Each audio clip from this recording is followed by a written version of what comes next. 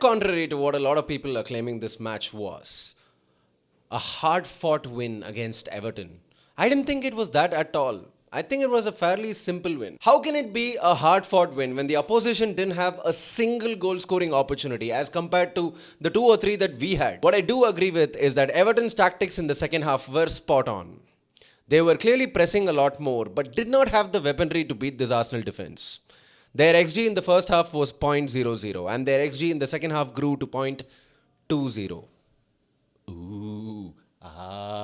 After what was a disappointing 3 away games before this and 1 worrying win against Wolves at home, Arsenal produced exactly what was necessary. A convincing win in a difficult away stadium. Mind you, this fixture has not been easy. Arsenal dropped 4 points against Everton last season. Arsenal started the game with a team that's just 2 changes away from our best 11, in my opinion. The first change, of course, is Gabriel coming in to replace Piero Hincapié. Our strongest defense, and probably the strongest defense in the world, is Calafiori, Gabriel, Saliba, and Timber. You would have noticed that when 3 out of these 4 guys are playing, the defense is very, very strong. When we faced Chelsea at Stamford Bridge or Aston Villa at Villa Park, we went into the game without Saliba or Gabriel, and that is why whatever happened. We conceded a goal against 10-man Chelsea, we conceded 2 goals against Aston Villa, and we let Wolves, of all teams, score against us at home. Until we had Gabriel and Saliba, we had conceded only 5 goals in the Premier League.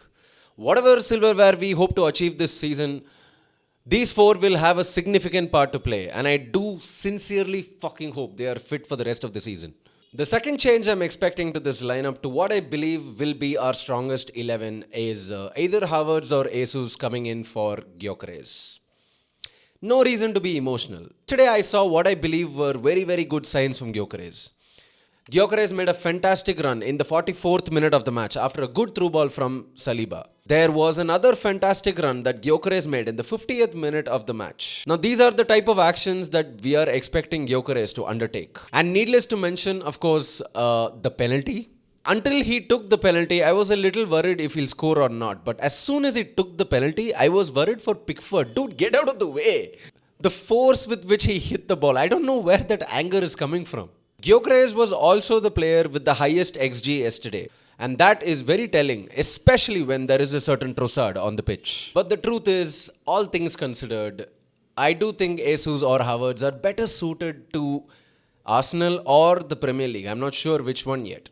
If either Jesus or Havertz had the number of games that Gyökeres has had so far, you have to admit that they would have much better numbers than this right here.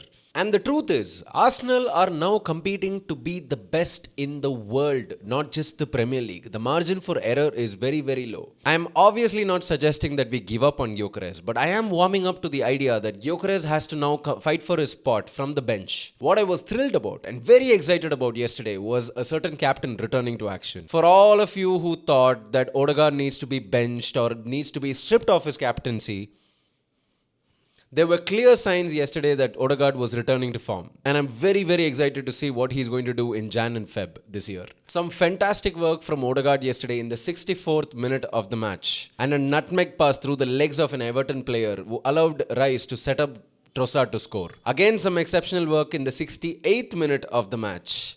A fantastic exchange between Odegaard and Saka allowed Odegaard to set up Zubamendi to shoot. The ball eventually hit the post. And I don't know if you guys recall, as far as I'm concerned, both Fulham and Everton are the same level of difficulty.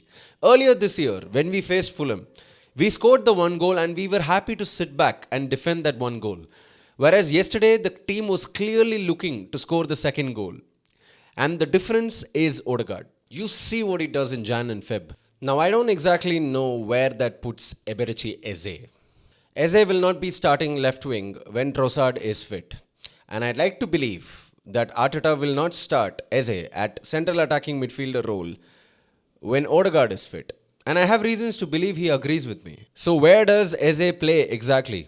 He needs to start adjusting to the left wing role, man, so that he can be a long-term replacement for Trossard. Overall, I loved how we approached the game against Everton. I loved how we got the job done.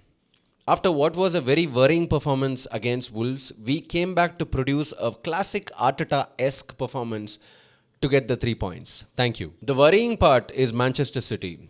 With 6 continuous wins, they look a little scary at the moment. But I noticed something very, very interesting, and I really believe this is the reason why Arsenal are still going to win the league. You see, in the first half of the season, Arsenal have faced most of the top 10 teams in the Premier League away from home.